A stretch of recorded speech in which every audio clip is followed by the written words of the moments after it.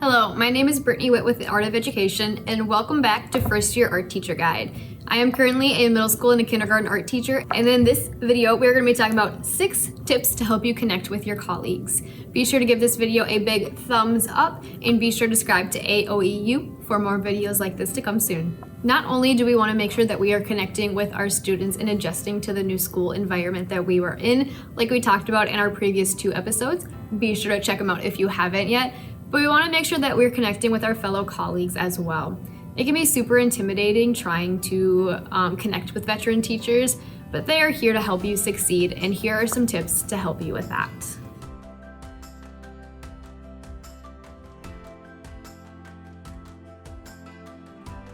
The first tip I have for you for connecting with colleagues is finding some sort of mentor teacher or first year cohort to surround yourself with.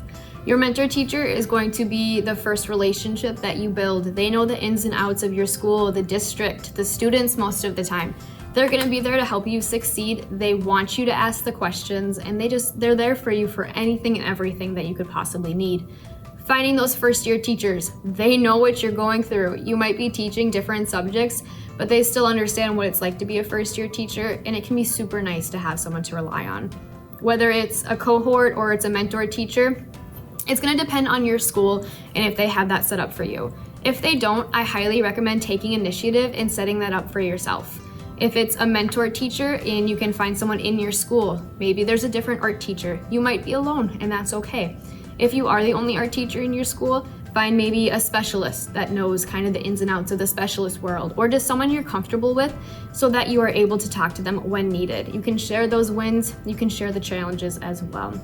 The downside to that is they might not know a lot about your content, obviously, with you being the only art teacher, but they can still lend a helping hand. If you want your mentor to be an art teacher, you can reach out to other art teachers within the district. It's going to be amazing so you can see what they go through at their school with their students. They can give you tips and tricks if they're coming to you next. Maybe it's elementary school going into a middle school.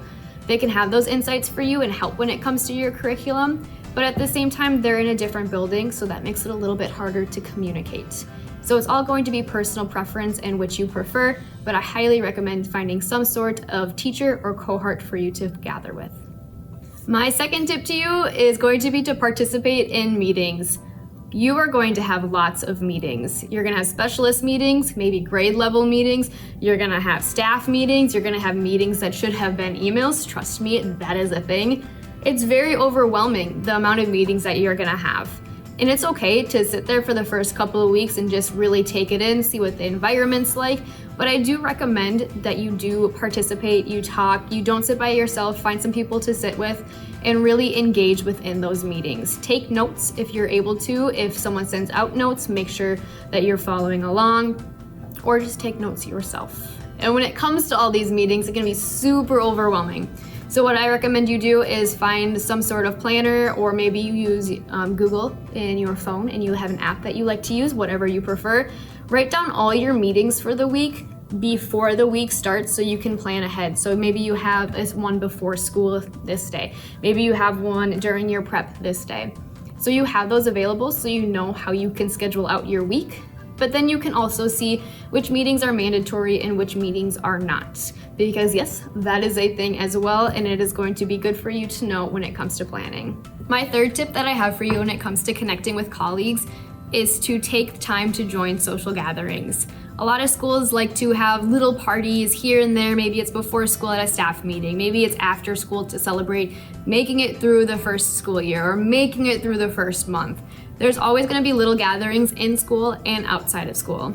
Yes, you're going to be exhausted from teaching. It is a known fact. You're going to want to go home. You're going to want to go to bed. But going to these little social gatherings and connecting with your colleagues and having laughs and making memories is not only good for your mental health, but it's going to be memories that you aren't going to regret making in the long run.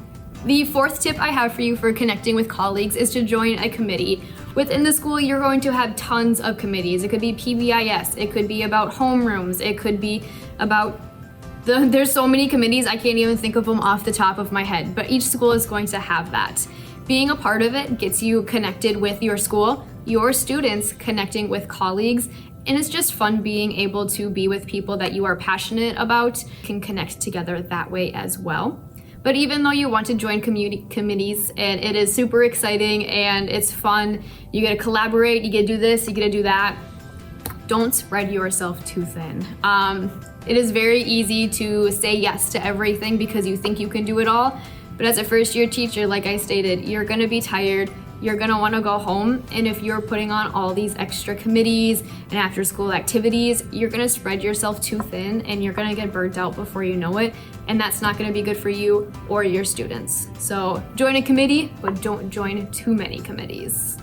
The fifth tip I have for you for connecting with colleagues is one I struggle with personally, but I know it can make such a huge difference, and that is simply just asking for help. Like I keep saying in every single video that we've been doing, your teachers and your admin, everyone around you wants you to succeed. They want to be there for you and they want to help you out. And the first step to doing that is asking for help. It can be super uncomfortable and it can be super intimidating, but you gotta find that one person that you're comfortable with and just start asking those questions. It could be a custodian when it comes to finding cardboard. It could be a fellow first year teacher that maybe has the same student that you do and you're just really struggling on connecting with them and you don't know what to do. Maybe you want to start out by just connecting with people on social media and asking for their help. There's so many different people out there for you in person and virtually that want to help you succeed. So the first step you have to do is just ask. The sixth and final tip that I have for you is to note the key people within your school to connect with. Yes, you want to be able to connect with everyone, but sometimes making connections with other people can be more important. Like, you of course want to connect with your specialist group because you are a tight little group and you know exactly what everyone's going through. It's always good to have a connection with your admin so that there's a positive relationship there. I love making a connection with my secretary. She's the first person I see all the time, almost every day. I can go to her with any questions, anything at all, and I feel bad because I bug her all the time. But she knows that I need the help and she's there to help me and we have a connection and it's amazing. And the one most important person that you can probably make a connection with during your school year is your custodian. They can bring you cardboard, they can do recycling for you, they can bring you this, they can bring you that, they can help you fix things. You're gonna make a mess in your classroom and you're going to need someone to help you clean it up. I know I go to my custodians every once in a while with just a little smile on my face and like, oh, what'd you do now? I kind of have a mess I need help cleaning up. Things break, they're gonna need you.